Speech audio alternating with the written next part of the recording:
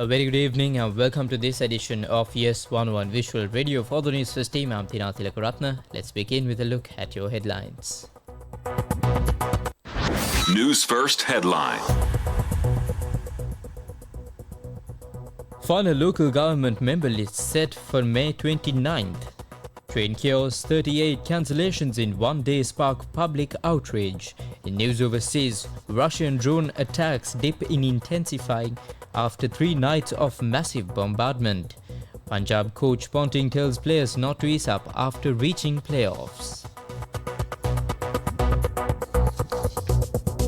In your top story, the official Gazette notification listing the names of elected members to local government bodies is scheduled to be published on the 29th of May. Now, this is according to the Election Commission of Sri Lanka. The Commission confirmed that the finalized document has already been forwarded to the government printing department for publication. Political parties and independent groups are still in the process of submitting the final name list of their elected representatives. The Commission said that approximately 90% of this process has been completed. However, the Samagijana Balawegya has requested the Election Commission to allow amendments to 2 of its submitted nomination lists for the Colombo Municipal Council.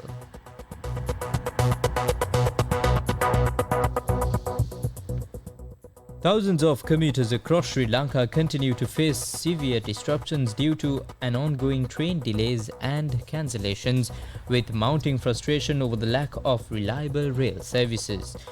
Today, both the Coastal Line and the Kalani Valley Line experienced significant delays. The Railway Control Room confirmed that all trains along the Coastal Line may be delayed due to mechanical failure on the number 311 night mail train travelling from Galle to Maradana, which broke near Ambalangoda. As a result, passengers at Panadura and Vadua railway stations were left stranded for hours. Meanwhile, on the Kalani Valley Line, a derailment that occurred last night in the Vaga area led to the cancellation of 3 trains. Sri Lanka Railways said that the other trains on the route are operating with delays while track restoration work is currently underway. Passengers have voiced growing concerns over the frequent disruptions which have persisted for several days. Many expressed frustration over the lack of communication and contingency planning.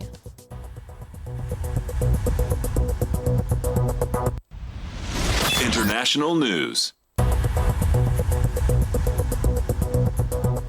In news overseas, Ukrainian officials said Russian drone attacks injured 3 people in Ukraine's south and southeast overnight. 2 people were injured in the Dnipropetrovsk region, according to their governor.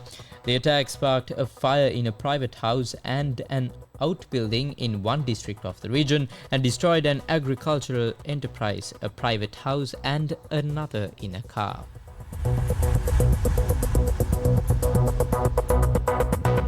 Sports news.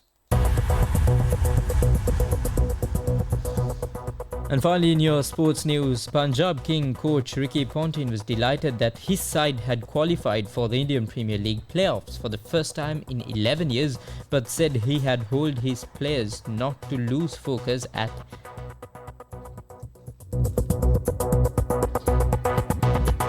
Sports news.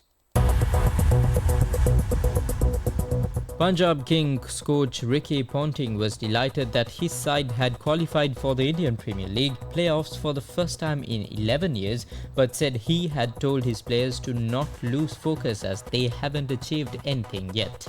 Punjab registered their best performance in 2014 when they finished runners-up to Kolkata Knight Riders, but failed to make the playoffs in the subsequent 10 seasons. That's all the news we got for you on this edition of News First Visual Radio. For the Newsfirst team, I'm Tilakaratna.